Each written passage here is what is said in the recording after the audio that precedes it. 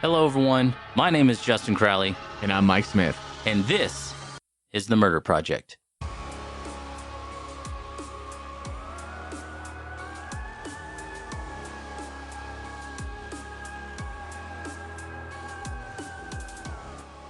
Hello, everyone, and welcome to episode 59 of The Murder Project.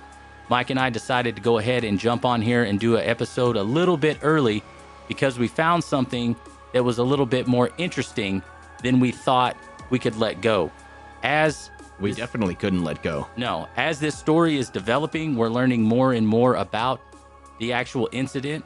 But the more we learn, the more fishy it seems, or the more that it stinks. So we know that a lot of people have probably heard about this story, and we wanted to go ahead and give you our point of view and let you guys know what we found out so far regarding this situation. And the situation that we are talking about is the Tesla Cybertruck bombing or explosion outside the Trump International Tower, supposedly by a man named Matt Livelsberger, or Livelsberger, however you want to pronounce it.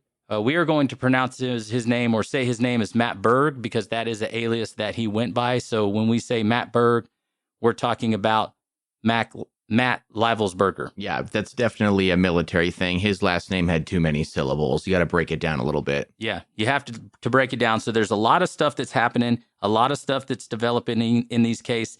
So we want to bring it to you. We want to talk to you guys about it. So without further ado, let's get this episode started. I'm going to cut that out. Mike Smith in the house. In the house, yes. I've been looking at this, reading as much as I can. There's a million articles and a million more. It's so hard to get any additional information, but I think, we've been talking about it off and on over text. And then since we've been sitting here before we decided to record, it's so bizarre. And you have lots of questions. We have lots of questions, and we're going to try to fill it in the best we can. Of course, with the understanding that there's so much more we have yet to learn. Mm-hmm. And there are things that we could say that or may sound bizarre or weird, and trust us, it sounds that way to us too. Yeah. And if you know, Mike and I are okay with a good conspiracy theory. Surely. We're not going to speak about this as truth. Mm-mm. We're not going to claim that we know exactly what happened or all of the details about it. There are some things we know about Matt that are true. That's you right. know, his service record and all these other things. Yeah. But when we get into different scenarios or theories that we might have, we like Mike was explaining, we're not passing them off as absolute fact. No, we just have the facts that you could find, anybody else could, and then we have the questions, and plenty of them. So when we start to talk about this story, what we want to do is we want to take it from the top. We want to talk about who Matt was or is, and we want to kind of take you on a journey of how we get from this Special Forces Green Beret, who is highly decorated and has a good reputation in the military community. That's right. Goes from that to his rented Cybertruck exploding in front of Trump International. So we're just going to kind of put those, take you along on that little trip. So Matt was he's been active duty for the last 19 years. He started out in the Army in 2006, and he was in the 18 X-ray program. Now, the 18 X-ray program came about due to the old way of the Army was you had to come into the Army, you had to get a MOS. An MOS, yeah. So a lot of those guys were 11 Bravos, infantrymen, Yeah. which is what you were, right? That's right. I was an 11 Bravo. They started allowing people to come in and who had a specific contract to be a Special Forces soldier. 18 X-rays. When I joined, you could even come in as an 11 X-ray, which is an infantry soldier, but unspecialized, whether that was going to be armored, mortar, or light fighter, stuff like that. So Matt signed up and enlisted as an 18 X-ray because he knew that he wanted to go Special Forces, and Special Forces is the actual name for this group. Right. So a lot of people call them Green Berets. They call them Green Berets because they wear Green Berets, but they're not actually, it's not an actual Green Beret. It's Special Forces. That's your right. Army Special Forces. Yeah, they have groups stationed in a lot of different bases and stuff like that all around the country.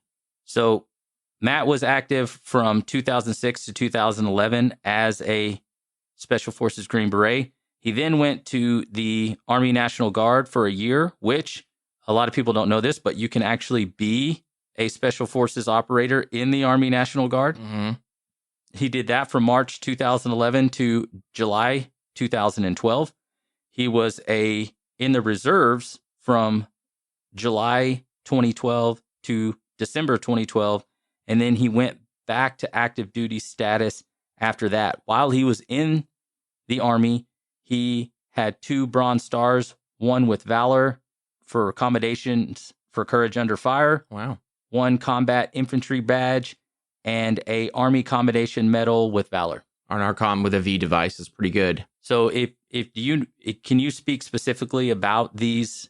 A Combat Infantryman's Badge is for any infantry soldier that's been under enemy fire. An ARCOM is an Army Commendation Medal that you get for service to your country or exceptional service and gallantry to your country. You could even get them in garrison if you're like a real hotshot soldier of any kind. And then a Bronze Star is a great medal to get for guys that serve, again, with exceptional service and gallantry. And to get a V device, generally with Valor, means that you have to be in danger to get a V device generally. I'm sure we could look up the exact wording of what it is to get those, but those are all very common medals for people that served. I was going to mention, when I had a chance, he joined in 2006. That's right at the start of the surge into Iraq. So I'd already been in a couple years by then and was serving. I had already served a deployment by then in Iraq. He joined during the surge, where our presence in the Middle East in Operations Iraqi Freedom and Enduring Freedom, it blew up. They went from a couple thousand active duty soldiers or regular army to tens of thousands, just massive buildup of FOBs and garrisons in those regions to try to suppress the enemy presence there. So it's no wonder at all that if he was an exceptional soldier or special forces soldier, that he would have quickly racked up medals, because he'd have been very busy. Those boys were very busy over there. Yeah. And if one of the things that we wanted to talk about on this specific show was, what does it take for a guy to, like Matt, to leave his home and join special operations, special forces, and what that kind of pipeline looks like. And if you guys will just follow us, there's a point to all this, because we want to not only talk about the man in the story, but we want to talk about how he gets there and what he has to go through, what he has to, I guess, his specialties, right? Different things like that. And right before we begin talking about the type of training and the mental attitude you would have to accomplish what Matt Berg accomplished, it's important to remember that the United States military is an all volunteer military force. They don't conscript, they don't draft. Everybody that joins up is free to be there and free to leave if they can't make it. I myself watched dozens of people leave, not just basic training where they weed out people that can't make it at the earliest stages, but I have also witnessed people walk out of the job as an infantry soldier in garrison after basic training. It's important to remember that, because he didn't have to go through these things. He chose to. Yeah, he fully volunteered to go through all this, and from what it looks like, he was pretty good at it. He was, yeah. It's and we'll see that. I'll let you get a little further, and I have some comments as we go along and what some of these things are. And these are things that I did not do. Yeah, I was regular Army infantry soldier. These are some hardcore courses that you have to have not only a strong mental attitude, but also a very strong physical one. Right. So when Matt joined, I don't have the specific MOS that he picked when he joined the Army. And for those of you who don't know what MOS means, Mike can help us out with that. It's a military occupational specialty. It just means what your job is, so it can be easily identified in a digital system. Okay. So when typically, I know this, I'm just going to make an example here. So typically, if you have a guy like Matt that shows up and says, I want to join the 18 X-ray program, I want to be a special forces operator, they would have you pick an MOS before you actually went to go do this training. So you would go into boot camp, and let's just say you're like, hey, I want to be a special forces guy. And they would say, okay, well, you should sign up as your original MOS is an 11 Bravo. You'll go through basic training and MOS training. You'll get the infantry training. And as soon as you finish that, you can go ahead and, go to the prep course for special forces. That's right. And that is to ensure that when the majority of these guys wash out, because the attrition rate is so high, it is, you have an MOS to fall back on. It's either that or you can pick 18 X-ray, and if you fail, then you go needs of the Army, which is they send you to go do whatever you want. And they might offer you a choice, but I know several people that joined when I did that had specific contracts, and when they failed to meet their end of the deal, they went needs of the Army. Yeah, and I can tell you, not from experience, but just thinking out loud here, you don't want to put yourself in that situation. And in 2006, he more than likely would have just ended up infantry, because that's true. Yeah, it was they needed all the guys. It's like, your combat MOSs were all very busy, and that's a whole other can of worms. We can dive into multiple deployments and things like that for guys that were trained. And I even went through something like that when I tried to get out the first time, but he more than likely joined with an 18 X-ray contract specific. Okay. And at the end would say, and if you don't succeed, then you go to blank or needs of the Army. Okay. That's my guess. Yeah. And that's probably a good one. I know that some guys that went in, or some guys that I've talked to, that I guess maybe they didn't, my confusion was they didn't do an 18 X-ray contract specifically. Mm-hmm. They went in and finished their 11 Bravo MOS training. Then you volunteer to go to what was popular when I joined was not just like the Special Forces prep course, or often they also call it like a Q course. Mm-hmm. That's right. But also RIP, Ranger Indoctrination Program, for guys that wanted to be hot shots and go to like Ranger school and do that cool guy stuff. A lot of guys got out of basic training, went to airborne school, and then went to the Ranger Indoctrination Program, or they went to RIP, then airborne school. Yeah, and I think, do they call it RASP now? Or was it RASP before and they call it RIP now? Either or, it doesn't matter. When I joined, it was RIP, Ranger Indoctrination Program. Okay.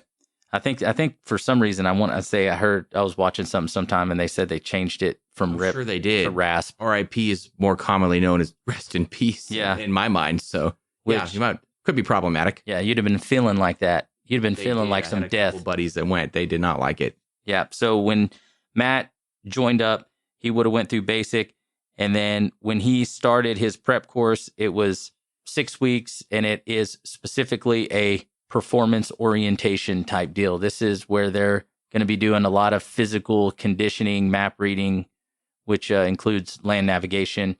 And this is going to be pretty much, from what I understand, watching videos and such, it's 6 weeks of just getting pounded, and not in a good way.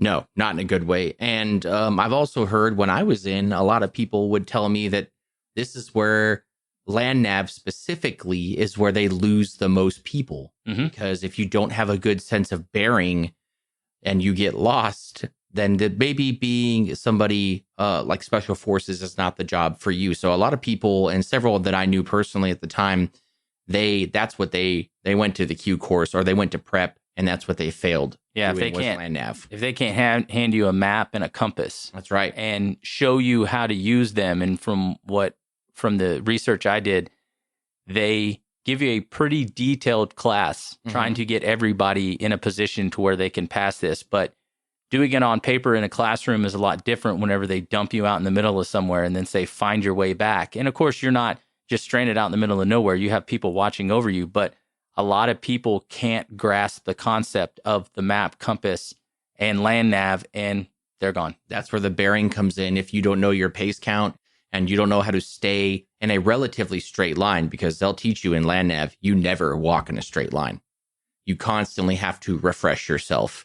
And if you can't do that, even in a fundamental way, then you're definitely not going to make it. Because I went on a land nav course, just to give a little more insight, where there were 8 locations and you passed if you found 2.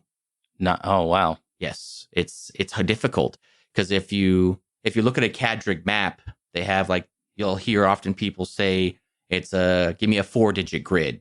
That's or a 6-digit grid or an 8-digit grid, where I believe a 4-digit grid is 1,000 kilometers. A 6-digit grid is 100. An 8-digit grid is 10 meters. So if you had to find something that's in a 10-meter square that you had to walk 6 kilometers to find it, if you were off at a decent way in any of those on the path there, you will not find that box inside a 10-meter square. Because the last time I did a land nav course, which I barely succeeded, it was a Rubbermaid tote in the middle of the woods. Yeah. So if you get pointed in the wrong direction by 30, 40 feet and you can't see, that's right, it's gone. So it just never existed. He could pass this at the selection process, a land nav course good enough to pass selection into special forces, just shows that he was probably grasped it even better than I did. Yeah. Right. And this is where you're going to drop a lot of people. If they don't drop here, your next phase is Special Forces Assessment and Selection. This is your SFAS, and it is 24 days long, and it's going to be pretty balls to the wall for those 24 days. They're going to do some unconventional warfare, their intro into Special Forces, a airborne operations refresher, Special Forces planning, and operational, cultural, and regional analysis. And this, I've also seen some videos of this. I've watched a lot of it. But this is where they are almost for the first time, they're going to check to see what your team building skills are. Can you lead? And also, can you follow? And because as you start going through different parts of the course, they like to see how these guys operate individually. This is where they're going to see how they operate as a team. And they put you in every single role. You're going to be the guy that comes up with the plan that then tells the rest of the guys in your group what you're going to be doing.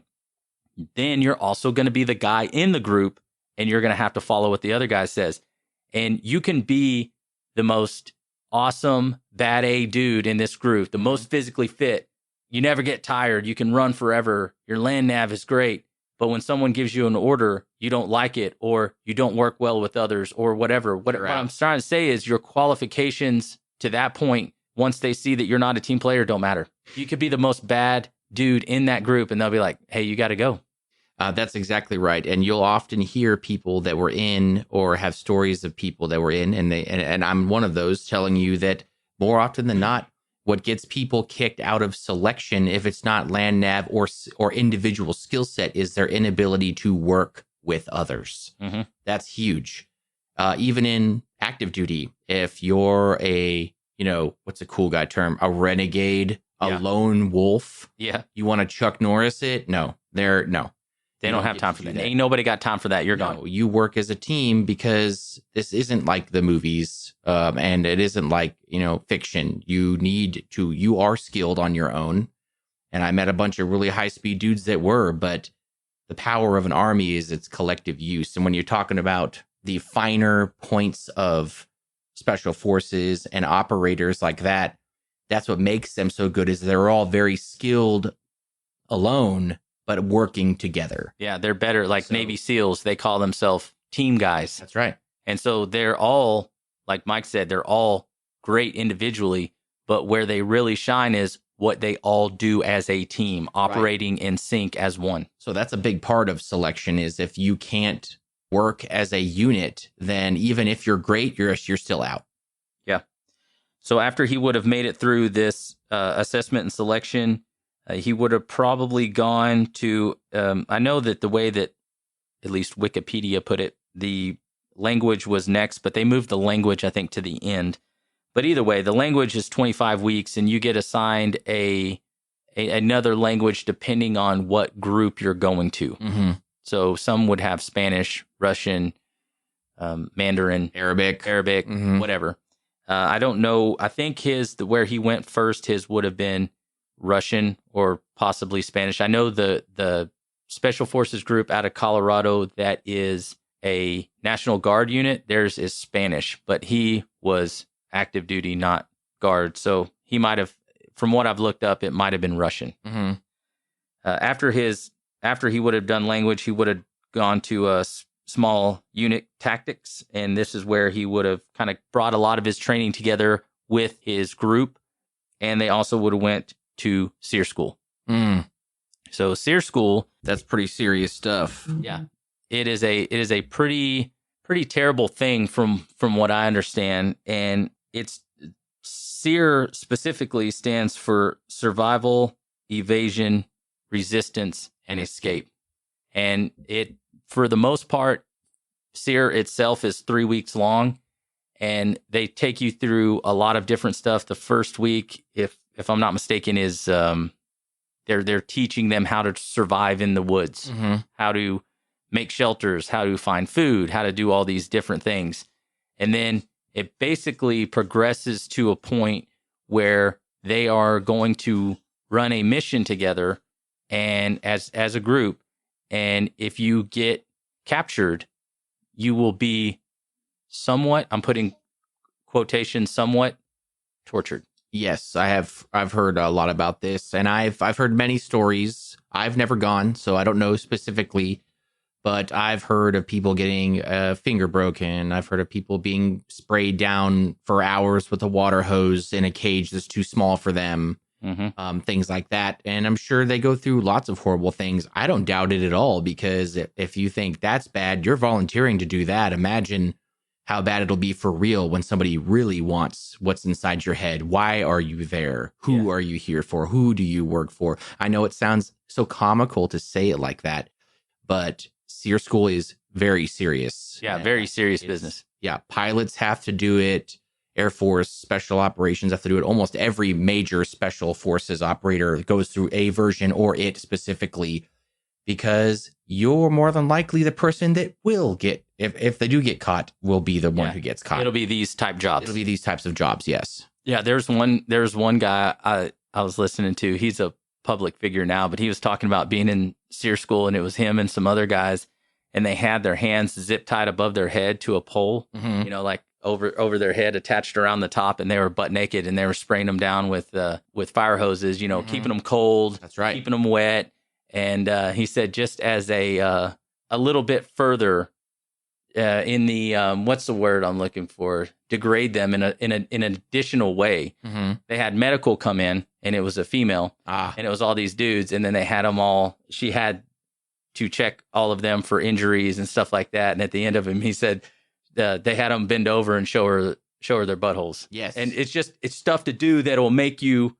Yeah, it's a big joke, but when I went to MEPS to MEPS mm-hmm. for evaluation to join the military, I had to do that as well. Yeah, you got to show a doctor your beehole. You got to show to make sure it's not super weird. But a lot of people just believe that they have you do that to see if you can do that. Because if your stomach isn't strong enough to be comfortable with your nude body or showing a stranger your butthole, you're not going to like being in the active duty army. Your first day in brutal. Basic, when you show up and then they send you to the shower, or maybe not your first day, but whenever you start to go to showers. That's the example I always give, and you've heard me say it a million times. Mm-hmm. 55 dudes in my bay when I went to basic training in Fort Benning, Georgia, and they would give 15 minutes for those 55 boys to be showered and toe the line. There were 8 showers. Yeah. So you're going to be stacking deep in there. You are. Yeah. Getting them showers done. Yeah. Otherwise you don't get a shower. Yeah. You grow to be very comfortable with being uncomfortable. And that's just regular Army, folks. That's not even what these guys go through to be special forces. Yeah. And if you decide not to go in there, Then you're just going to get razzed about being the stinky dude. And it's not optional. Oh, not optional. No, it's not optional. If you fail to clean yourself when told, or wear clean clothes, or wear the appropriate uniform, when I was in, it was called ELS, your entry level separation. You're out. Oh, you're gone. They terminate you. I thought you'd get like a smoke session or something. But oh yeah, but if you quit, if you won't do it even after that, oh, you're just gone. To correct the issue, your entry level separation. There's a kid that got kicked out because he wouldn't wear the brown underwear. Yeah, they chafed. Yeah, I would say they're probably not the best. Lowest bidder, baby. Yeah, you gotta exactly. Lowest bidder gets the contract, and you got to work your way up from there. Mm-hmm. So after small unit tactics and SEER, he would have gone into his MOS training. And his MOS, when he went into the first time, when his initial in there, because I know a lot of people, or in a lot of the stuff I've read, it shows him as a 18 Zulu or 18Z, which is operations sergeant. He would have been the most senior enlisted member on his ODA. But when he first joined the Special Forces group, he was a 18E or 18 Echo. I'm going to stop saying E. I'm just going to start saying everything that goes with it. So he was an 18 Echo, and which means that he was trained to be a communications sergeant. So while he was in his training to become an 18 Echo communications sergeant, he would have gone through a lot of different trainings, but mostly, obviously, with dealing in communications, which would have been in anything with radio or high frequency or any sort of situations where he would have had to use some sort of communication, antenna, you name it. Like he did the whole thing. He would have been the subject matter expert on communications, getting and creating it and maintaining it when it's, if it's just radio, UHF, VHF, or SATCOM, any way to digitally or analog maintain communication with higher. Yeah, that was his specialty. And just to get these out of the way, in case anybody's wondering, when you join a Special Forces group and you pick your MOS training, you have a couple of different choices. Your 18 Alpha is going to be your Special Forces detachment officer, so that's going to be for officer only. It's not enlisted for an enlisted candidate. You have a 18 Bravo, which is a weapons sergeant. You have a 18 Charlie, which is going to be your engineer sergeant. They're going to be doing your demo, your landmine, your explosives. That would have been a cool job, but I heard that's one that everybody goes for. Your 18 Deltas are going to be your medical, and your 18 Echoes are your communications sergeants. And then after you spend some time in the teams, you have a opportunity to go for the 18 Zulu, which is your operations sergeant. This is your staff sergeant. Usually what this is reserved for is the highest enlisted person in the group that would be directly under the 18 Alpha, the detachment officer. Right. Yeah. It would take the top position for his group because of his experience, and anybody can be an 18 Zulu. Anybody from the team can. Yeah. Provided they're also certified in their skill set, specialty, as well as knowing how to do other people's jobs as well to a certain degree. Such an important part of being in any combat-based MOS. Even in regular Army, they do that. You know the guy's job above you, and you teach it to the guy below you. So everybody has a way to not be replaced in the bad sense, but that you can do the job too in case that person isn't able to. And Special Forces, that's such a huge part of their job, because you never know when you're going to have to do the job because your buddy can't or isn't present to do it. Yeah, so these are traditionally 12-man teams led by an officer, and I was actually going to roll into that, and I'm glad Mike picked that up, because one of the things they talk about is that when you go through and you learn your job, you learn it well, but you do that so you can teach it to the guy standing next to you. That's right. And a lot of these guys, especially when you're looking at demo and they're detonating, and you may have multiple different locations or doors that you're going to hit at the same time. And if you have two 18 Charlies on your team and you're blowing multiple doors, you're going to have to use some of the other guys. That's right. right. So all of these guys knew their job really well, but then they would also train up everybody around them. And so that's why when I look at Matt's job as an 18 Echo communication specialist, that doesn't mean that he's not going to have a lot of experience in demolition or weapons or any sort of medical training. I know the medical training itself is the longest training of the MOS. So if it says that the training can span from anywhere from 14 to 50 weeks. Well, the 50 weeks is for sure the medical MOS. Mm-hmm. Yeah. That takes a long. You got to be pretty educated. Yeah. So he would have had a specialty, but he most definitely would have been versed in a lot of other areas. And you may correct me on this, but I know a lot of typical special forces contracts are not 4 years. They're usually either 5 or 6. Yeah.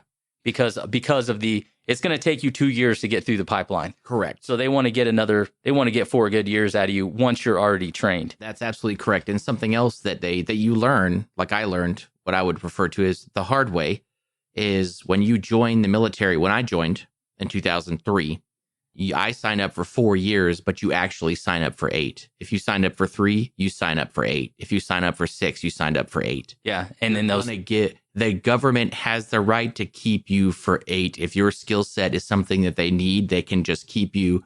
And the world doesn't really remember, but I know a lot of vets do. There's a program called Stop Loss that if you were going to get out, like a certain Sergeant Smith was one day. Yeah, I would say like yourself. And the government just said, no, you're not. Stay. And not only are you going to stay for another 18 months, you're also just going to go back to Iraq for 13 of those. And I was like, cool. Can I do anything about this? And they said, no.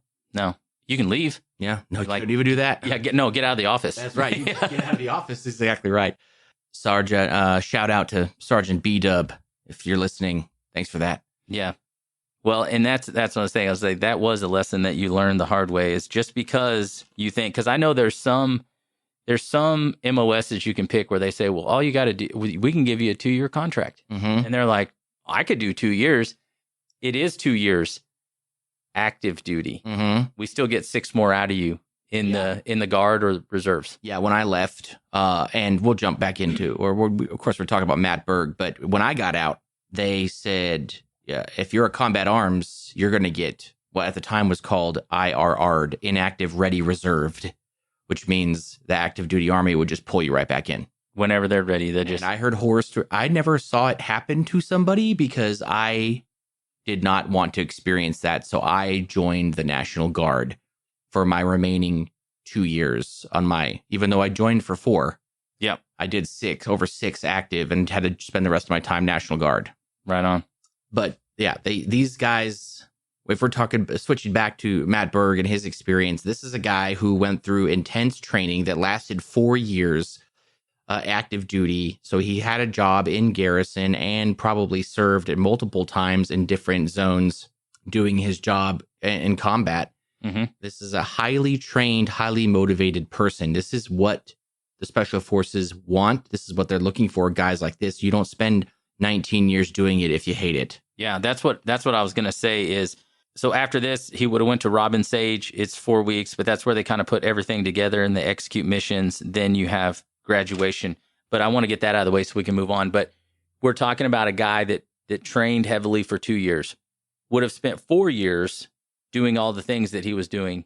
And then 13 years later, we get the Matt Berg that we're talking about right now. That's right. We're talking about a lot of time to develop a lot of skills. Not to go Liam Neeson's on you guys, but this is a guy that would have had some skills to do some stuff. He would have been extremely skilled, extremely connected.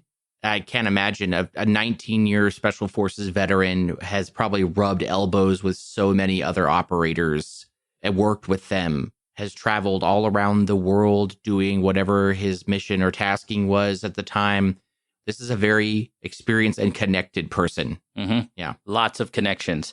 So now that we kind of got the background, and we're going to go in specifically to some of his specialties as we get into this, but we want to go into the actual story of the podcast, where, according to the news, and I'm just speaking generally the news, he drove a Tesla Cybertruck over let's just say approximately a 4-day period, 4 to 5 day period, from Denver, Colorado to Las Vegas, New Mexico. In that amount of time, he bought fireworks legally, probably from New Mexico. And I think actually it does say he bought them in New Mexico. Yeah, because they're not restricted there. Yeah. And I was talking about that. I was like, yeah, you can buy, before I knew it, I was like, you can buy fireworks in New Mexico year round, if I'm not mistaken. And it was also close to New Year's. And in a lot of states, they will allow the sale of fireworks around the 4th of July and around New Year's. That's But right. he got around that because New Mexico sells them year round. But he goes on this journey from Denver to Las Vegas. He stops at the Trump International Hotel. And according to the news, he shoots himself. And after he shoots himself, I don't know if it was a dead man switch or a timer, but inside the truck, he has aerial artillery shells that you would buy at a roadside fireworks stand, and Camp fuel. Canisters of camp fuel. And he detonates the truck and blows it up. And they're still trying to piece all that together. Now, when I heard about this, Mike and I were about to record episode 58. I opened up my Twitter account, and I saw the Tesla truck exploding, and I was like, oh, that's weird. I guess they have some other sort of issues, bugs they're trying to work out. The headline, I didn't know it was this either. I just thought it was a truck exploding. Yeah. Not a vehicle-borne IED. Yeah. Then we finished recording, and then I find out that there was somebody that detonated this truck on purpose. And I was like, wow, that's weird. Then I heard it was a decorated special forces operator that did it. And then I went, hold on. Yeah. Hold on. Well, that doesn't make any sense to me. And I remember turning to my wife and I was like, why would a special forces operator who has more training and experience than anybody around us, knows a lot of stuff, why would he pick a Cybertruck to explode anything when every video that we've seen about the Cybertruck, other than getting stuck in snow, is people shooting? Yeah, very durable, very strong construction. Yeah, if you were going to create, an explosion, I'm not really clear on how effective artillery shell fireworks are. And then we'll find out. You can watch the video. They're not extremely effective. The truck didn't explode to bits as much as it did burn. Right. But even if it was a vehicle that would explode, if that was the intent of the explosive device, was to blow it to bits to cause the most amount of damage, a Cybertruck would not be the one you would pick because it's extremely strong. It has a great structural capacity for impacts. Famously, a quote unquote unbreakable windows, bulletproof paneling, stuff like that. So definitely not, in his experience, he's seen what VBIDs built to cause the most harm look like. That's 1,000 times. That's exactly right. That's exactly what I was thinking. There is a guy that knows the best vehicle to use for a VBID. And if you don't know what a VBID is, because we're not going to say the actual name every time, we'll just say VBID, but it's vehicle-borne improvised explosive device. Right. So VBIED. Yep. Anybody in the early days of Operation Iraqi Freedom and Enduring Freedom, you were seeing these on the weekly and some people on the daily. ECP-13, anybody remember that? Yeah, you saw VBIDs all the time. Yeah. So this is a guy, and I'm thinking to myself, like, I'm not even the guy that would know what the best vehicle to use, but I know like a box truck, a van, something that I could use to pack a lot of stuff in and then explode it. I don't know. I don't have the know-how to do it, but I'm just saying I can think of a lot of other vehicles I would use besides a Tesla truck, because I even know that Tesla trucks are very durable. Yeah. I mean, look at the pictures of it. The truck is still mostly whole. Yeah. It didn't blow anything to bits. Watch the video. When that explosive device goes off, it's fireworks. I'm not saying that it wouldn't harm somebody. In fact, there were people that reported to be with minor injuries, and I imagine their minor injuries were them running away. Yeah, falling down or little burns. Little burn here or there. And falling, yeah. But yeah, this is, if he wanted to cause damage, this is a man that could easily do it 100 times over and not even have to be present. Yeah. Right. He didn't even have to be there. He could have just used, even if he did use the Tesla truck, he could have used the self-driving mode or the self-driving pickup. And this is what got me stuck on this is if what statement was he really trying to make? Yeah. And if this was supposed to be just a suicide, then that is what he pulled off, if that's what it's supposed to be. But why drive all the way to the Trump hotel or motel? The Trump International Hotel and blow just himself up. Yeah. And you could have done that literally in Colorado and accomplished the same thing. Really, it's still blowing up a Cybertruck is undoubtedly going to get attention no matter what. Yeah. Specifically, there was a reason he specifically did what he did at the Trump International Hotel, and we'll get into some of that stuff. But the Tesla truck was not his. It's a rental. It was rented. And he took this long journey. And what happened on this long journey? Why was he doing the things that he was doing? And how did he go from Colorado to Las Vegas? What were his motives, his intentions? A lot of it's still kind of up in the air. But after the fact, after the detonation and all of the things that are coming out, we start hearing, and I know specifically for me, I listen to the Shawn Ryan show. And then we have a guy go on the Shawn Ryan show named Sam Shoemate, and he talks about getting and having communications with Matt before he died. And I just want to say, I know that there's people on the internet that are saying that this guy, Sam Shoemate's not a credible person. And listen, I don't want to get in the weeds on made up emails and all these different things, because the stuff that we're talking about has actually been verified from multiple sources that he was actually in contact with people. I know there's going to be a lot of stuff on the outside where, you can say, well, this guy did this or this information could, I get it. We just want to tell you what the information that we have now, what it says. So apparently what happens is Matt and his current wife, he has been divorced once before, and his current wife, they get into an argument the day after Christmas because she claims that he was having an affair on him and she had proof of it. Yeah.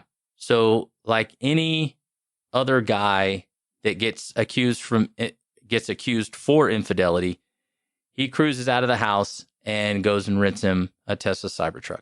Right. Are we implying, do we know if he left his other vehicle to rent that Cybertruck? I have not found anything on his vehicle besides the Cybertruck, because he must have just Ubered straight to the lot. And was like, hey, that Cybertruck right there. He's like, y'all got one? There it is. I'll take that one right there in the back. And there is mention of another vehicle that he has.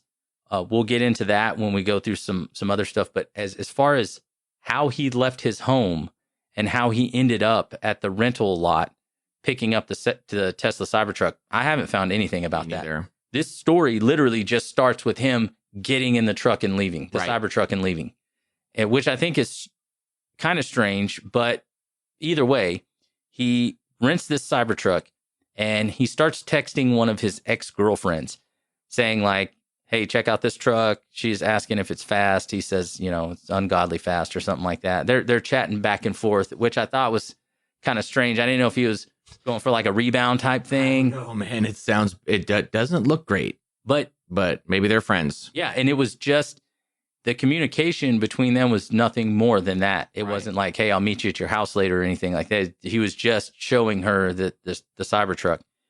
But then he leaves Colorado, going through Denver, Monument, Trinidad, Colorado. So he leaves going south. Then he cuts over to, oddly enough, we talked about this last episode, Las Vegas, New Mexico.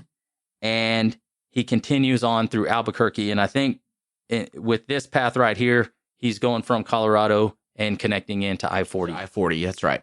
And he goes from Albuquerque to Gallup, New Mexico. Then he's in Holbrook, Arizona, Flagstaff, Kingman, and then Las Vegas, Nevada is his ending point. But I was telling Mike before the show started, I said, oddly enough, with the exception of Trinidad, I have been in and worked in every single town that he was in, with the exception of Trinidad. I was in Denver and Monument a month ago. Y'all know I worked in Vegas because we talked about that last time. I had to pass through Albuquerque a lot. I specifically worked in Gallup, Holbrook, Flagstaff, Kingman, and then I flew out of Vegas all the time. Like for an entire year of us not making this podcast right here. That's right. Those are the places, most of the places that I was. Small world. Yeah. Definitely coincidental. No, man, I got an alibi. Yeah, and if he drove for 4 days, it's important to remember, you could clear that distance in probably 2. You could easily do it in 2. So while he was, we can assume, making his mind up or creating some type of plan here, whatever that looked like to the individual, he was stopping on this trip and staying places, or at least had to have been. Was he staying in the truck? We don't know that yet. Don't know that. Was he getting a hotel? We don't know, but the distance he covered could have been done in less than 4 days for sure. 100%. Yeah. Especially with no restrictions, no kids, you're by yourself. And everybody knows that trips get longer the more people you add into the vehicle. Absolutely. There's got to be an equation for that. Yeah. So, we should find someone to map that out that's smarter than us.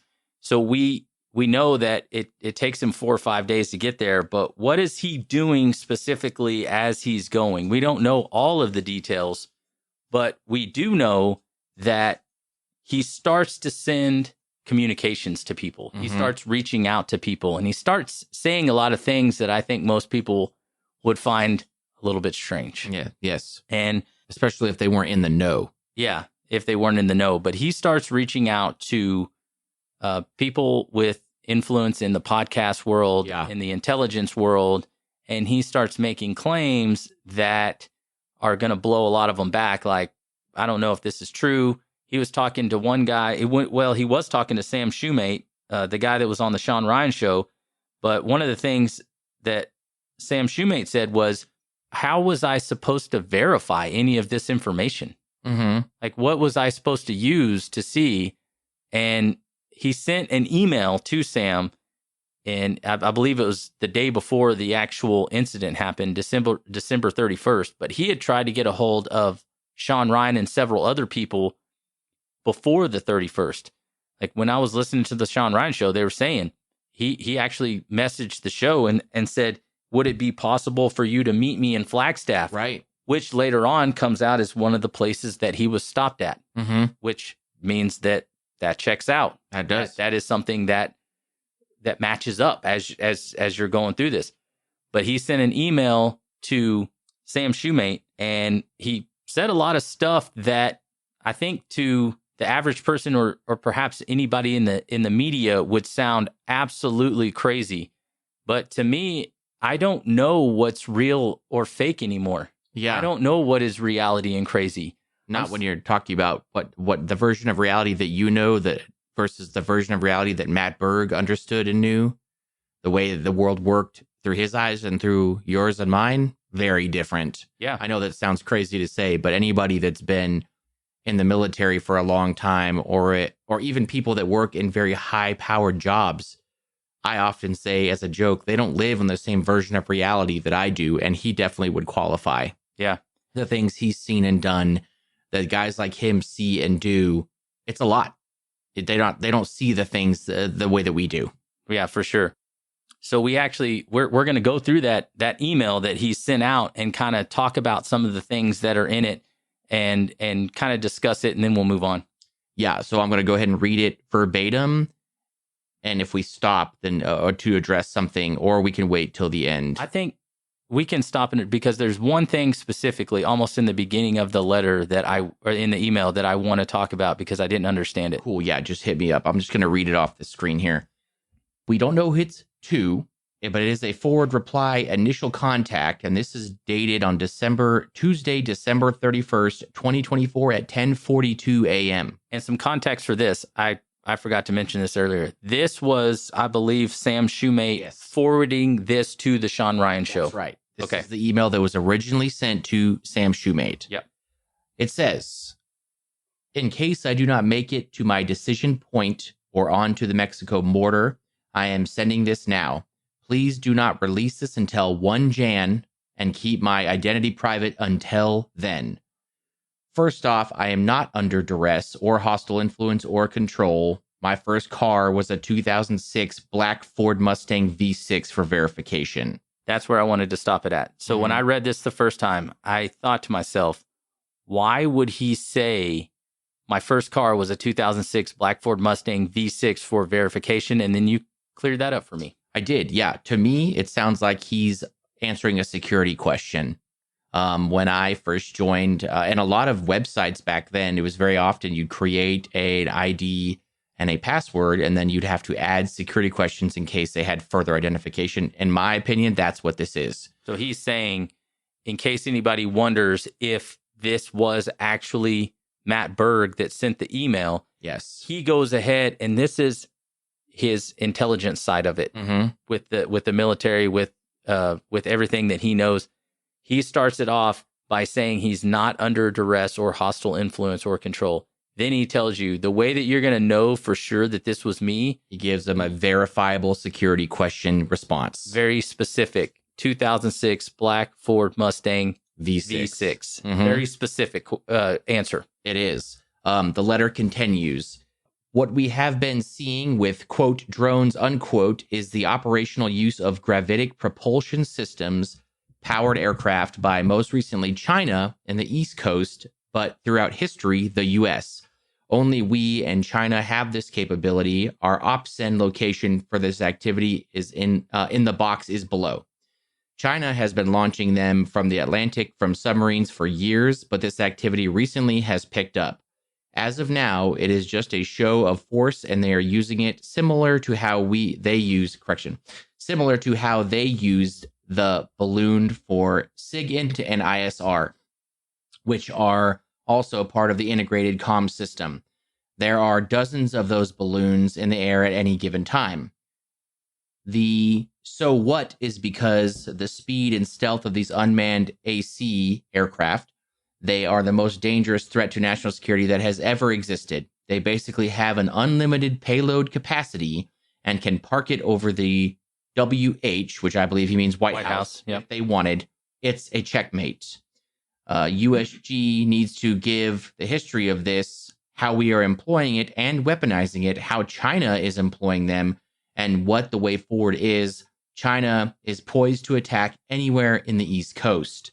I've been followed for over a week now from likely Homeland or FBI, and they are looking to move on me and are unlikely going to let me cross into Mexico, but won't because they know I am armed and have a massive VBIED. So he's pause real quick. He's implying he's already constructed it a day before. And back into the letter. I've been trying to maintain a very visible profile and have kept my phone, and they are definitely digitally tracking me. I have knowledge of this program and also war crimes that were covered up during airstrikes in the Nimruz province, Afghanistan in 2019 by the admin, DOD, DEA, and CIA. I conducted targeting for these strikes of over 125 buildings. 65 were struck because of civcasts that killed hundreds of civilians in a single day. US 4A continued strikes after spotting civilians on initial ISR. It was supposed to take 6 minutes and scramble all aircraft in CENTCOM. The UN basically called these war crimes, but the administration made them disappear. I was part of that cover-up with US 4A and Agent Redacted, black box here, of the DEA, so I don't know if my abduction attempt is related to either. I worked with the Jen Miller's IO staff on this, as well as a response to Bala Murgab, AOBS commander at the time. Redacted can validate this. You need to elevate this to the media so we avoid a world war, because this is a mutually assured destruction situation. For vetting, my LinkedIn is Matt Berg or Matthew Livelsberger, an active duty 18 Zulu out of 110. My profile is public. I have an active TSSCI with UAP, USAP access. That's the end of the letter. and it was sent from a Proton Mail account, which for anybody that doesn't know about Proton Mail, it is a very secure end-to-end encryption email service. Yeah, this only a few paragraphs, but he says a lot here. He makes a couple claims and says that he knows he's being tracked right now, and that he believes they will not make a move on him because he's armed and has a V-bid that he's constructed in a vehicle, which we know later is the camp fuel and the artillery piece, like fireworks, or what we call arty rounds. Yeah. So one of the things, just to get into this email, is that when he's talking about the gravitic propulsion systems, he's talking about drones. And he even uses the word drones in quotations. Mm-hmm.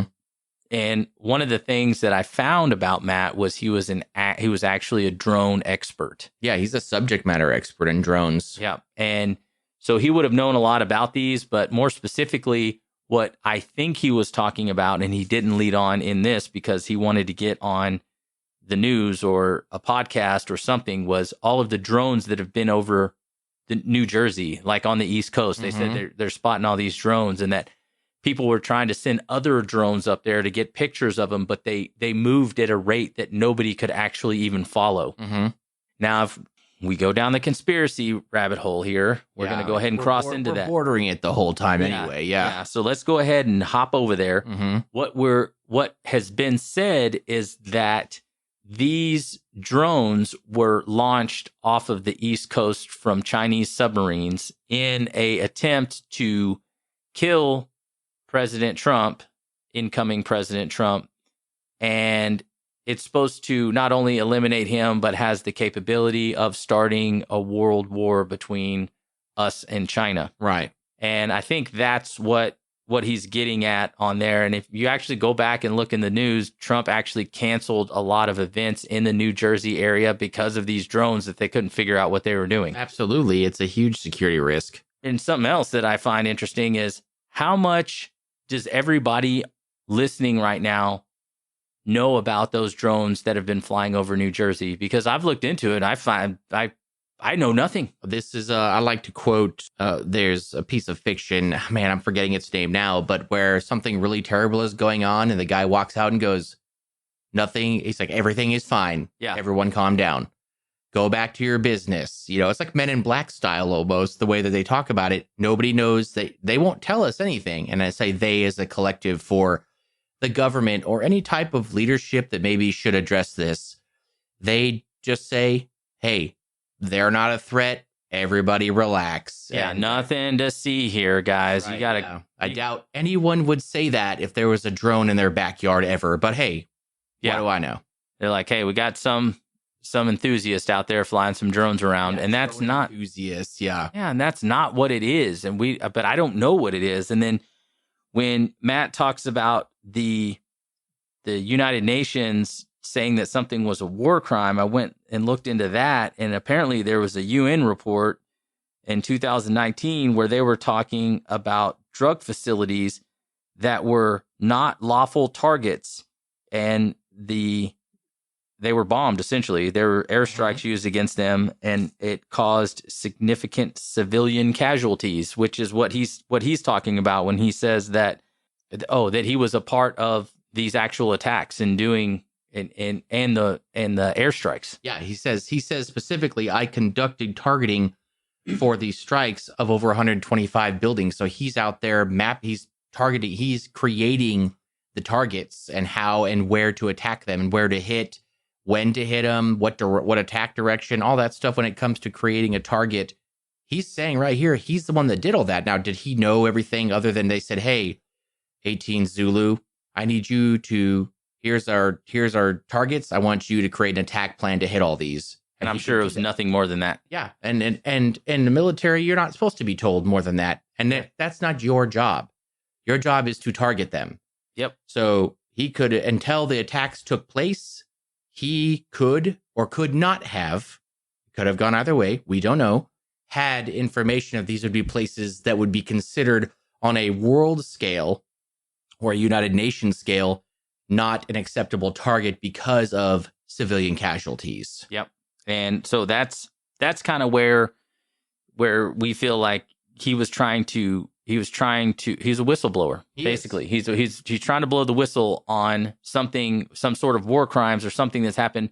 And not only at the top of the email, he's talking about things to come that are going to start an additional war or have some sort of catastrophic event or outcome. Mm-hmm. But when Matt sends this to Sam Shoemate, as I mentioned earlier, he says, well, I don't have any way to verify this, but he goes through and checks it out. And if I'm not mistaken, the email that Matt sent to Shoemate was the day before. I think it was on December 30th. And then on December 31st is when Matt he forwarded this message that we're looking at. So 2 days before the actual... Yeah, to Shawn Ryan. And it could have been because if I'm not mistaken, Sam Shoemate says that he was in contact with Matt Berg several days, up to 3 days before he blew that Cybertruck up or something. Oh, wow. So, yeah, so his plan was already in effect. Maybe not the Trump Tower plan, but he was already under the impression or more that he was being tracked and that he could be encountered by another office of the U.S. government trying to detain him or whatever it is what he's implying, that they're after him to kill or capture. We don't know. He's implying, hey, these dudes are tracking me. Yep. And so that's important to bring up. I'll tell you why. Yes, he's communicating using encrypted technology to get messages to people that can't be tracked that we know of.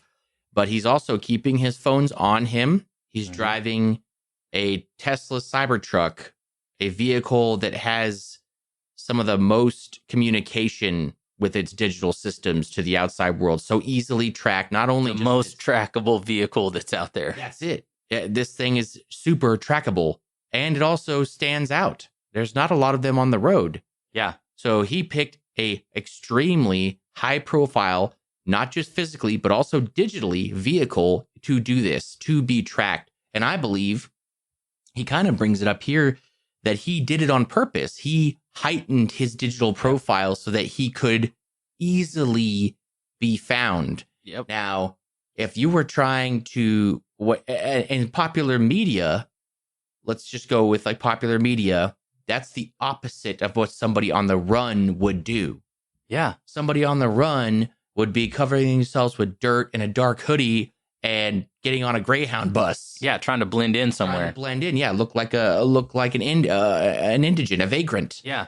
A Tesla Cybertruck is the opposite of trying to blend in. And as you pointed out, when he says maintain a very visible profile, I've been trying to make, and that, in my opinion, that's him not trying to get killed. Yeah, I believe you're correct. Not trying to get suicided in a truck stop parking lot somewhere. That's right. Yeah, I think he's trying to be high profile so that he can be found, so that he doesn't look suspicious. What's suspicious about, other than he's implying his knowledge? Everything that he's doing is non-suspicious. He's driving in a very identifiable, easily tracked vehicle, because I believe from what he's trying to say here, he was trying to whistleblow. He was trying to stay alive to get the facts out there. Yeah. He had already done his own counter surveillance, and he would have known how to do all of that. Oh, yeah. He would have been the guy to know how to do that.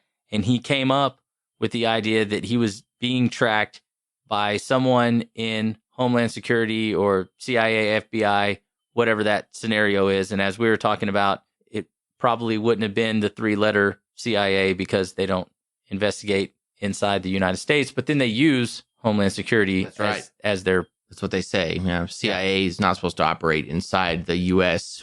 We're not saying it does or doesn't, so leave us alone. Yeah, I have no idea. I don't get into that, and I don't care to. So he's keeping a very visible profile while he's trying to reach out to various people of the intel community, also people who are former military guys with a large presence on social media because of podcasting or whatever the case. He wants to get a message out.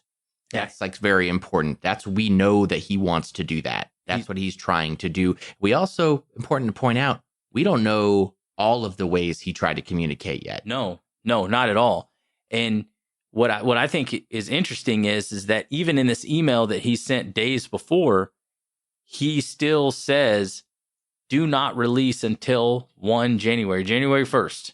So no matter what, he's got some sort of something going on January 1st, or that is the amount of time he gave himself to get the things accomplished that he wanted to. Right. And unfortunately, he doesn't get a hold of he gets a hold of Sam Shoemate, and he might have got a hold of some other people, but he never gets the platform. He doesn't get he never reaches a platform. And addressing what you said before, we don't know what 1 January means. He could have had this plan to blow himself up the whole time. We don't know. So he could have just given himself a deadline. Yeah. It's important to know that we don't know his actual mindset because he doesn't address it to anybody or anything that we know of, that his plan is to end at the Trump International Hotel. Yeah. So, but we do know that he doesn't get contact with a platform. Whatever message he was trying to get out he did not succeed in doing that. Yeah, which I think is interesting because of one of two reasons, since we're already down in the rabbit hole here. Several things could be true at once.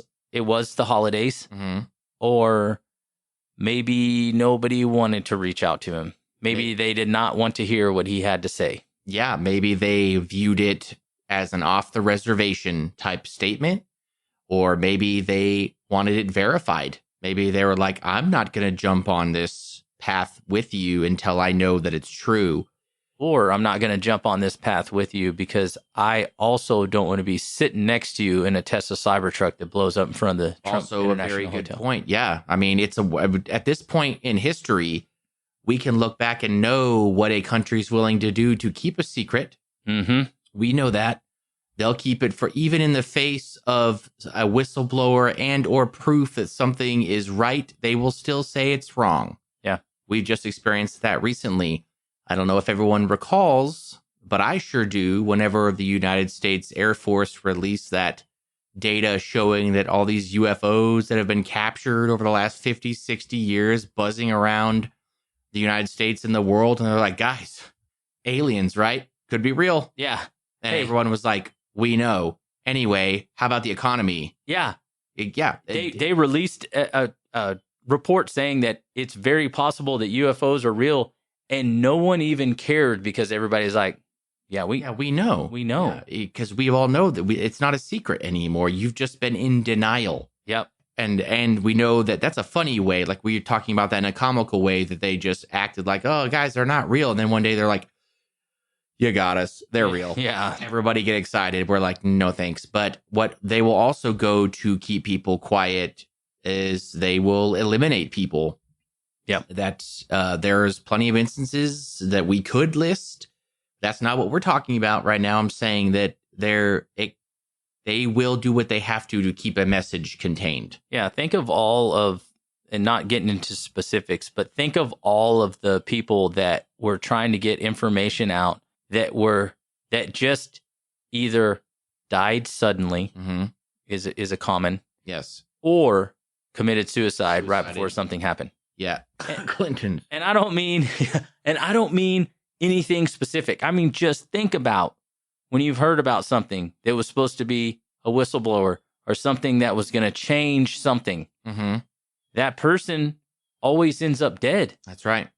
And it's always by way of suicide, or they drowned while they were out doing so. They decided the day before they were going to go release this information, they were going to go take their little boat out on the ocean, and it capsizes and they died. And you're like, come on, man. They went out into a calm lake and took 14 different pills, shotgunned a bottle of champagne, shot a bunch of heroin, and fell in the water and drowned. Yeah. It's crazy. It's crazy, guys. There's too much of this happening that doesn't make me at least question. Suspicious. Absolutely. I'm a little suspicious about what's going on. And I'll talk a little bit more about that when we get to the corpse of Matt Berg, supposedly. Whenever we get to that point, which we can kind of cruise down that avenue now, because I think we've covered all of the because if we go back and I just kind of go over this real quick, we know that he had left Colorado. He's on a mission he ends up in Las Vegas. We don't know if that was his final destination because there's a lot of talk about Mexico. And I've got a theory about that later on. And somehow he ends up in Vegas 4 days later. He never got a chance to talk to anybody that could give him a voice, give him a platform. So on January 1, 2025, he ends up in front of, at 8:40 a.m. Yeah, broad daylight. He ends up in front of the Trump International Hotel. Right up into the entry. Yeah. Yep. And the story that we got, is that he used the Tesla truck. He drove it up in front of the valet area of the Trump International Hotel. And he got a Desert Eagle. A 50 Magnum Desert Eagle. And shot himself in the head. He put the pistol in his mouth and blew his head off. Because that's literally what would have happened. Yeah. And then either by timer or dead man switch or something, the vehicle detonates. Yeah. The vehicle detonates and the artillery shells fly all over the place and it burns. And there he is, right there dead. Right. And it's important to remember that the time between him shooting himself and the detonation is seconds. Yeah. Right. Or nearly indiscernible. Would have to be. Right, because there is a video, and this is the angle is from the back driver's side. Yes. As it pulls into like the valet area, like where you'd pull up to park when you check in. Mm-hmm. And then you don't see anything happen, and then the fireball, you see the light of the fireball in the cab, and then the mortars start exploding out the back and skipping all around like hot shots. So then it just then the Tesla truck is fully engulfed. Yeah. And then that's it, supposedly. And then they put the pieces together and that's what we're talking about now. Many pieces, still more to come.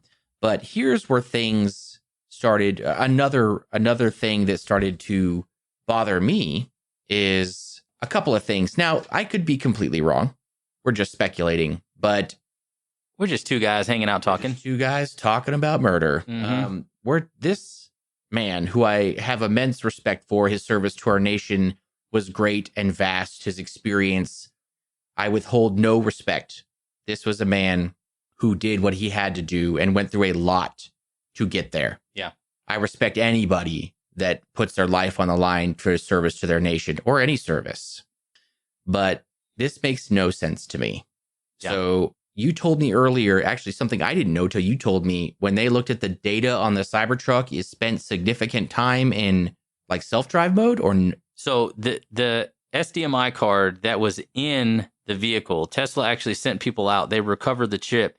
And what they claim is that the truck wasn't ever in full self-drive mode. Okay. Because the theory is that, well, the working theory for the conspiracy crowd is that he used the self-driving to get the vehicle up there, or some people were speculating, not in the conspiracy side, is that he had put the destination in there, killed himself, and the truck just drove itself up there. Okay. But that's neither here nor there, because we talking about another video later on, but go ahead. We will. We're right about to get there. But this is a well-trained, smart man who's probably fired more bullets by himself in his lifetime than most people ever would if they were in a group of 100. Yeah. A highly trained man. Something that I've come to know is Desert Eagle pistols are not little. No. Even the smallest of them, if you're talking about the big magnums popularized in the 80s and 90s by like Arnold Schwarzenegger, these pistols are huge, unwieldy to say the least. I've held several and have fired some before.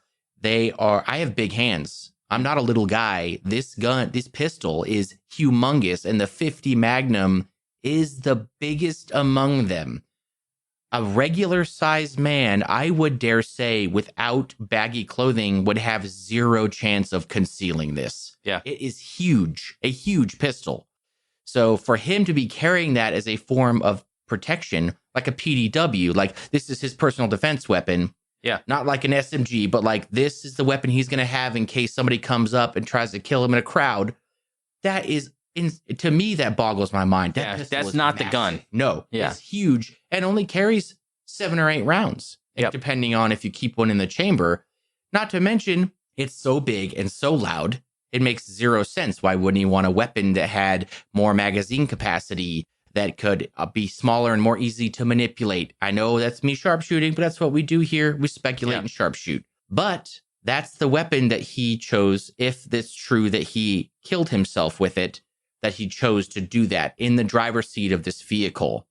Now, I've been around people that have used big weapons. Let's just call them big weapons, shotguns, high-powered rifles, things like that, to commit suicide. It's terrible. Nobody likes it. But it's not the bullet that does the most damage when you're talking about a weapon that big. Yes, the bullet is going through you and will kill you, but it's the gas pressure exiting the muzzle that will that creates the damage. That will blow a head to bits. Yeah. That will separate the skull and cause a huge mess. This was what comes in. This is the thing that got me standing up out of my chair and staring and watching over. There's a second video that was found on X that shows a more close-up of the driver's side of the cab, where you see a man sitting in a neutral sitting position, head up and erect. Yep. Hands appear to be in the lap, but seconds before detonation. There is an unmistakable movement of the head. Yeah. Okay. It's important to know. You can see it. We'll post a link for however long it'll be up. Hopefully you can see it. There is an unmistakable movement of the head. I've watched it a dozen times. Yeah. His head turns like he's looking out the front of the windshield and he's like scanning. Yeah, to look across to see. Right. Yep. But his hands are in his lap. At no time do you see a muzzle flash, the head jerk, any type of movement. And the barrel of this pistol that we're assuming he put to his mouth to fire. Yeah, they said that the Las Vegas Sheriff's Office that's investigating it said that he put the pistol in his mouth, shot himself. The bullet exited out the left side of his skull. Yeah. Okay. The barrel of a 50 Magnum Desert Eagle is big. You'd have to open wide, to say the least. Yeah. This video I'm talking about right now, he does not do this. He does not open his mouth at all. He's just sitting there, or whoever is just sitting there. Someone's sitting there. See the head movement, like he looks around or he looks off to the passenger side. You don't know. And then the fire erupts. Yeah. And people can say what they want. I know what I'm looking at. That is not something. If you were dead from a gunshot wound, your head would be hanging limply. Even if your body, like your torso, managed to stay erect, I refuse to believe that your head would stay standing up. Yeah. When somebody dies, for those of you that don't know, it's like somebody cuts the strings on a puppet. Yeah. They just collapse. And your body falls unnaturally, and because you're no longer bearing weight. So you might have your arms twisted up under you. Your big, strong bones keep your limbs straight. So you look like a collapsed puppet. Yeah. This person sitting in this video is not dead. No. I refuse to believe that. And if this is somehow, like, you know what people are going to say? What do people always say? Oh, it's doctored. Yeah. Very impressive, because it looks exactly like the other video, except a different angle. Yeah, exactly like the other video. And that is what got me being like, there's no way. This is not a dead man sitting in here. They also go on to say, in the aftermath of this either targeted attack and or suicide VBIED, that his body was burned beyond recognition. Yes. Almost beyond recognition is the quote that we found in the New York Post. Yep. But specifically later, he comes and says he's identified by his tattoos. Yes. Which, I'm sorry, those two things don't really mesh for me. If somebody's burned beyond recognition, that means that their flesh is so burned and blackened, you cannot... It would be any recognizable... Yeah, his physical features are not recognizable. Then to come back later and be like, oh, wait, after we dusted him off, we found his tattoos. That sounds fishy to me. It sounds very, very fishy. And I know for me, kind of piggybacking off of what you were talking about, when you see that second video and all the things that you talked about, his body and everything. But the one thing I noticed was not only the head movements, but the actual head being intact. Yes. Like you could see the dude in the jawline. There's no fractured glass. He's perfectly, his head is in whole. The dude in the picture is alive and has a whole head, which he wouldn't have after he shot himself with a Desert Eagle. I believe, with my limited experience, that if you put a 50 Magnum Desert Eagle in your mouth and pulled the trigger, your head would not be whole. I believe that. I believe that too. Both of us have seen people who have committed suicide with weapons. Right. And I can't get to a place in my thought process where it would have been what they're telling us it is. Mm-hmm. More specifically, after they say that his body is burned beyond recognition, but actually we were able to identify him through DNA and his tattoos. The DNA is the more reputable part of it. I'm definitely not going to question DNA. No. But the tattoos part of it is a little weird to me. Then they kind of knock a few items around in the car and find both of his cell phones. Yes. And his passport with his wallet and military ID in it that you can still actually see his name. Yes. This is a vehicle that was fully engulfed in flames that were accelerated by camp fuel. Mm-hmm. And they found his phones that they believe they can get data from, and then his military ID. And there's a picture of it. You can find it pretty easy if you look on the interwebs. Mm-hmm. It's burned. It looks a little melted, but it's not destroyed. Same with his passport. And I made a joke earlier. He doesn't even look like him. Look like him in the passport. It probably is. I don't know. This is a bad photo. At a minimum, at the most, that ain't him. This looks like the sling blade version of him. Yeah, it doesn't look like him. But there was another photo that also caught me off guard. They have a picture of the burned pistol that he used to commit suicide. It's the large, unwieldy pistol, a 50 Magnum Desert Eagle. And it's burned. It's got some like debris that's kind of melted around it. You can see they probably had to break it out of wherever it had melted into. But what specifically got me is that if this vehicle burns so hot, but not hot enough to get the other rounds in the magazine of this weapon, if there are more than one, because most modern pistols can't operate without a magazine in the chamber, they did not go off as well. But specifically in the picture, the weapon is out of battery, which means that the slide or receiver with the slide have not closed all the way. The pistol has not fully actioned so as to be able to fire a subsequent round of semi-automatic fire. Now, that is suspicious to me because there's a lot of gas pressure coming out of that weapon. Yeah. In a closed space, let's call his mouth, of the mouth of a human skull, that gas pressure would definitely be enough in a closed enough space that weapon would action because it would just blow the skull jaw to bits. Yeah. But this weapon you see here in this picture is not actioned, as in it did not fully, like the gas pressure wasn't enough to action the weapon all the way. Mm-hmm. That is suspicious to me. And I didn't even notice that at first. Expert. I'm not claiming to be one, but I have fired many, many pistols, including Desert Eagles. And, and automatic pistols or semi-automatic pistols all function essentially the same way. Yeah, it's pretty much the same. Yeah, the weapon, you fire the weapon, the gas pressure of the exploding round propels a bullet out of the barrel and propels the receiver or slide, more commonly referred to, backwards and actions the pistol, ejecting the shell. And as the slide comes back forward, grabs another shell out of the magazine and slides it into place. And when that weapon cycles and finishes cycling, that's called the weapon is in battery, is what the term is called. This pistol is not. That very much bothers me. And if there's a way that in the way that he used it in his final moments was keep that weapon from actioning properly, somebody could tell me, and I would be happy to learn how that happened.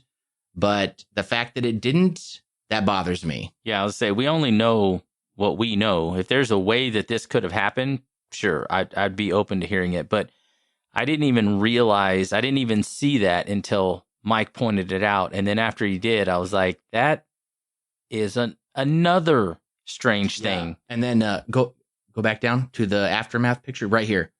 So we're looking at another picture of the Cybertruck. This is after it's been put out. and you can see it's parked right in front of the entry to the Trump International Hotel. There is many panels of glass. You can see on the building, none of them are broken.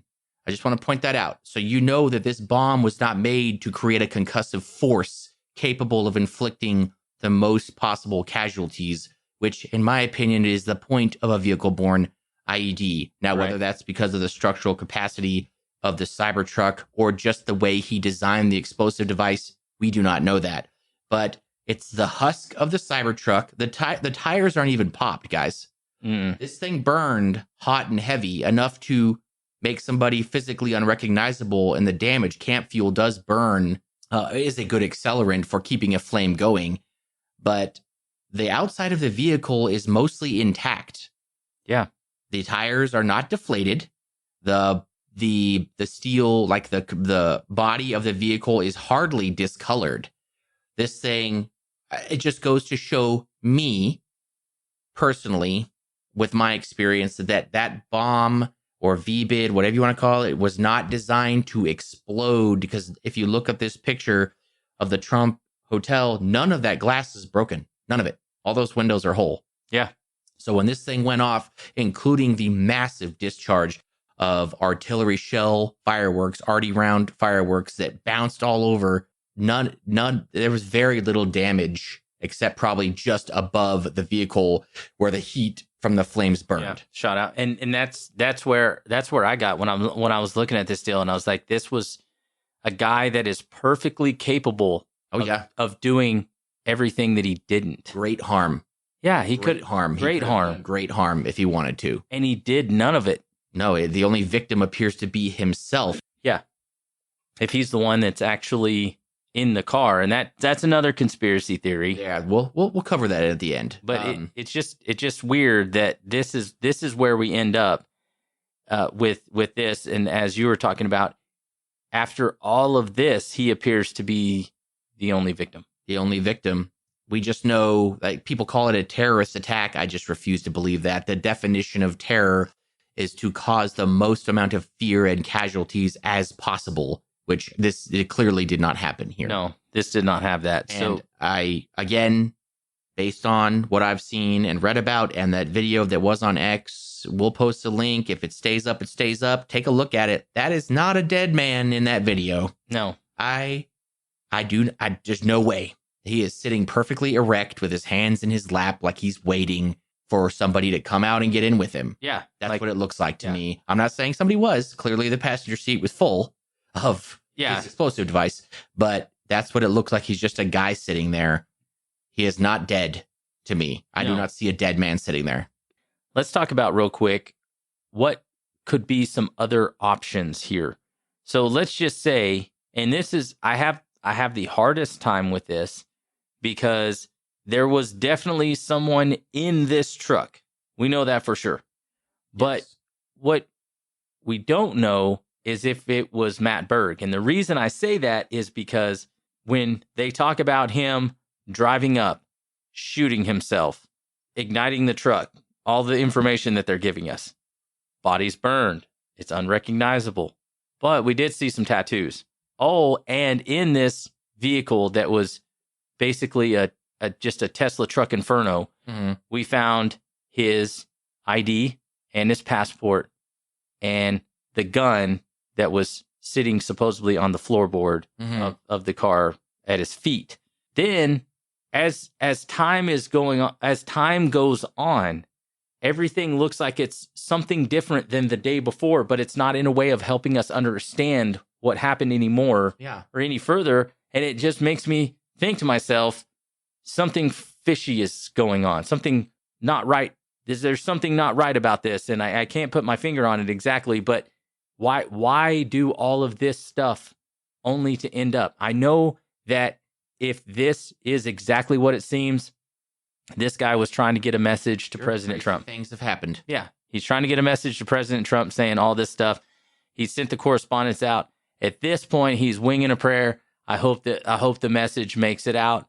I'm going to park this truck in front of the Trump International Hotel because that would 100% get the attention of President Trump. Right. It's all the inconsistencies in the story that are coming from the people who are investigating it and the news media, which I know, that doesn't add up. No. It doesn't make sense. No, it doesn't add up. It feel like there was a better way to get that message out, or maybe he just didn't see one. Yeah. We don't have a lot of, first of all, very clearly, I do not know this person, so I don't know what they're like at all. Yeah. All the things we were talking about with like military experience, I didn't have an experience like this guy at all. Yeah. Living on a totally different version of reality, like I said. And if he felt like he had no options except this, that culminated in his suicide, I can't imagine what that took, because this man's mental fortitude is what made him who he is. Yeah. So for him to break, if that's what this is for him to reach out in this break and be like, I am tired of all this crazy stuff going on, this cover up, these civilian casualties, the illegal operations. I can't take it anymore. This is how I'm going to get you to pay attention. Then I just feel like there was other ways, or maybe we tried them. We don't know. Yeah. But this is the last thing he's going to do. And I just don't, this is not, they're calling it a suicide bombing now. At first it was thought to be possibly a terrorist attack. I don't believe it is at all. It's definitely a suicide bombing. But the way that he did that, I just don't understand what he was trying to do. Maybe we don't have enough context to truly know, but we know he never got the platform he wanted to get those words out. Well, and I thought it was interesting that, like what you're saying, that he broke. Like, this is definitely a break from character for someone who has going on mission success for 19 years of his life. Yeah. And then all of a sudden just botches the last thing he's ever going to do. And you hear people talking about his mental state. Well, he had depression, or he had PTSD, sure, or he had a TBI. But the interesting part about that is he was still in the military. He's active currently. Yeah. If he was truly a risk, somebody would have said something. Somebody would do something. They have measures for people like that. Yes, his skill set is important, and you want to keep somebody with that much experience. But if he was truly considered to be a risk to himself or others at his level of security clearance, I refuse to believe that they would just be like, guys, he's fine. He's fine. He probably was fine enough to operate. But yeah, it's easy to point at that. Anytime, in my opinion, guys, something I feel strongly about, anytime a veteran goes crazy or kills somebody, statistically, family member, not good, not a great statistic, but they always want to be like, it's PTSD. No, that may be true. That person may be suffering from a version of post-traumatic stress disorder or depression, or have a traumatic brain injury. But I know people that were in at my time that got too many. Yeah. There's a guy that I was in with that got too many Purple Hearts, so that he had to get it kicked out of the Army. Wow. I say kicked out. Obviously, he was just gently removed. They asked him to leave. You're too good at staying alive. No, but he did have to leave the service. Yeah. I think it was 5. You probably Google him. He has 5 Purple Hearts. So I don't believe that is the cause of this. I don't believe it's PTSD or some type of, but I do believe it's a break of some kind from like his normal mental faculties. For sure. But I'm not going to be like, oh yeah, it must have been the TBI or PTSD. No, this guy was still an active duty special forces soldier with 1 year to retirement. That's something I didn't even think of or consider until right now. He joined in January of 2006. He was 1 year away from retirement. Oh, wow. Yes. Even though that is so almost stereotypical that it was just that close to being able to retire. Yeah. Yeah, that's horrible.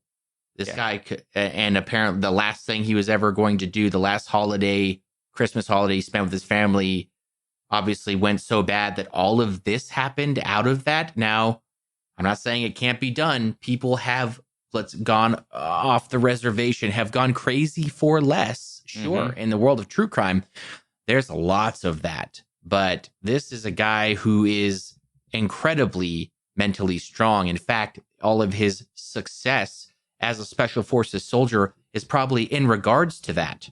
Yeah. So that just feels weird to me. Maybe that was the last straw. I guess we'll learn more as it goes on, but this is what we're looking at based on what we're being told now. There is another letter that was found, I believe, on his phone. Yeah, it was like in the notes of his phone. I can't find a whole copy of it. I can only find clips of it. Yep, that's all I can get to. It says he basically, I'll call this one like a manifesto as well, kind of. This one has more to do with what he did. Specifically at Trump, because he says at one point, why did I personally do it now? I needed to cleanse my mind of the brothers I've lost and relieve myself of the burden of the lives I took. In another letter, he implores his fellow service members, veterans, and all Americans to wake up. We are being led by weak and feckless leadership who only serve to enrich themselves. He's basically calling in his break with the vision of what America should be versus the direction it's going in now. And that might have been something else that helped push him over the edge. Yeah. When you're, and I don't know if everyone feels this way, but I know that 2024 really made me feel that way. And I don't mean just 2024, but that's the year it became apparent to me is everybody just felt like they were struggling more. Mm-hmm. The economy is terrible. Even people in a line of work where their job was once good is no longer good.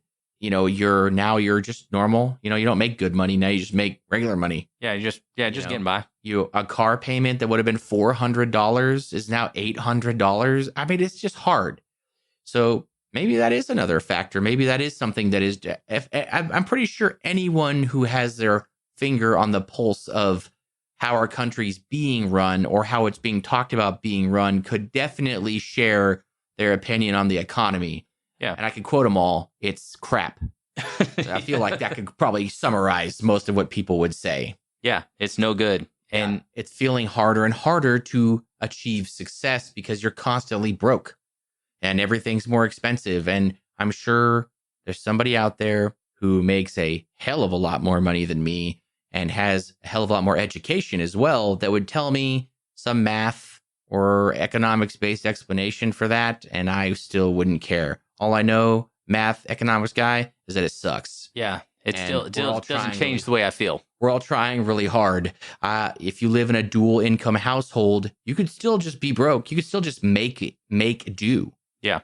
You're not making it. You're just making do. You could still be broke. Yeah. And have two people work 2 full-time jobs. And that just doesn't feel good. And if you look at, even if you go back relating to Matt Berg to the time that he joined the service in 2006, vastly different America and economy.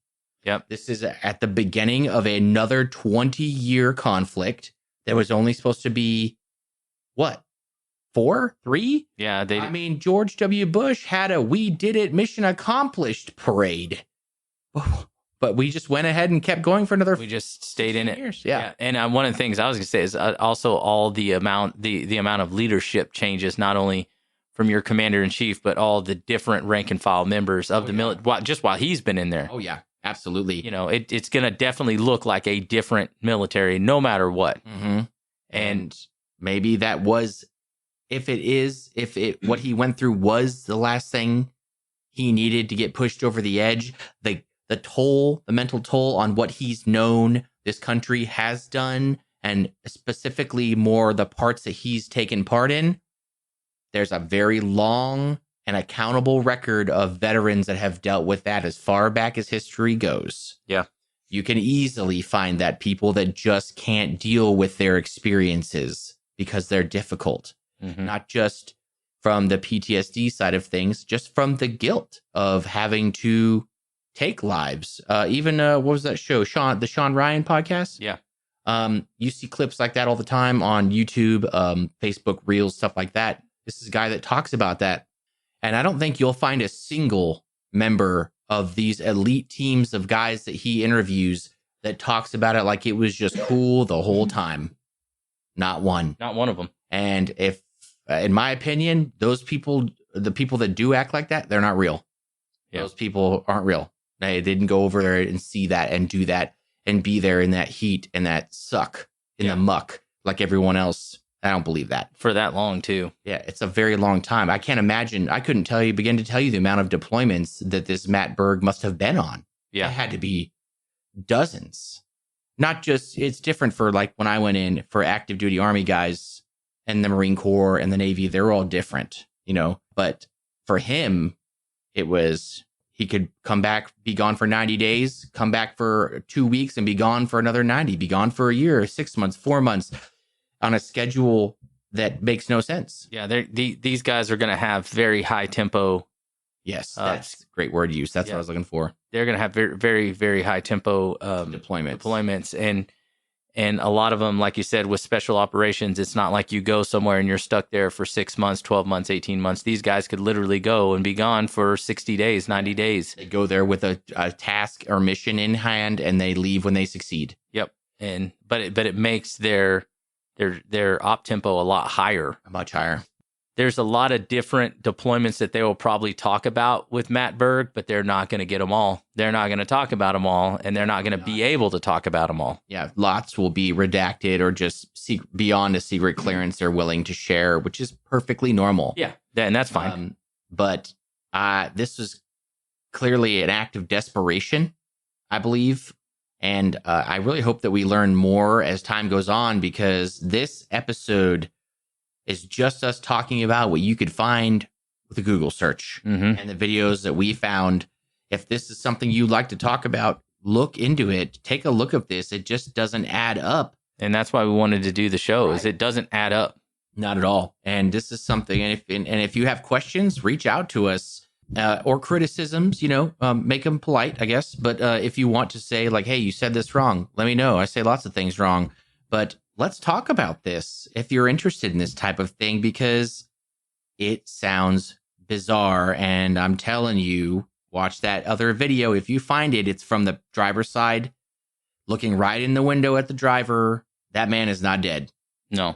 That's not what you're seeing there. And maybe this would be a good time for me to plug the future of the show when we have our Patreon account set up. It's not live. You can't go on there. So if you're listening to this episode in real time, it is not up and running. If you're listening to this episode 6 months down the road, go check out our Patreon account. That's right. But in that Patreon account, there is going to be a level that will give you access into a Discord channel. Nice. Where Mike and I will actually be operating in, and we can do live Q&As and stuff like that. But we're still working on getting all that set up right now, so it's not live, but that would be a good avenue later on when we have time to talk about stuff like this, or as cases come up or as things come up. This will give us an actual area where we can get together collectively and talk about that. Yeah, it's the only way I'm going to get over this, is because the more, like I stood straight up out of my chair and I was like, this is not that's not a dead man. There's no way. No, and I didn't say it was a dead man.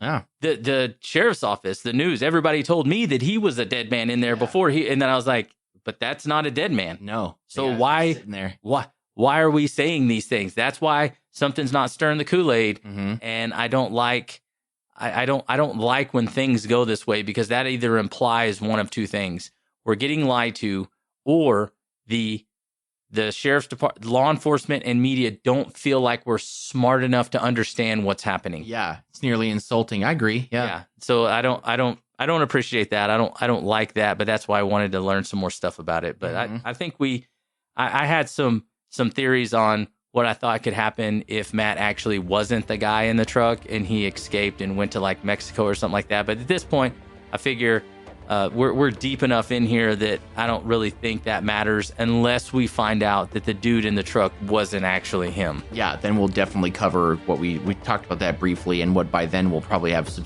more information. Yeah, because it's coming out every day. Maybe we'll actually get closer to finding the truth. I don't know. Yeah, because we're only 4 days in.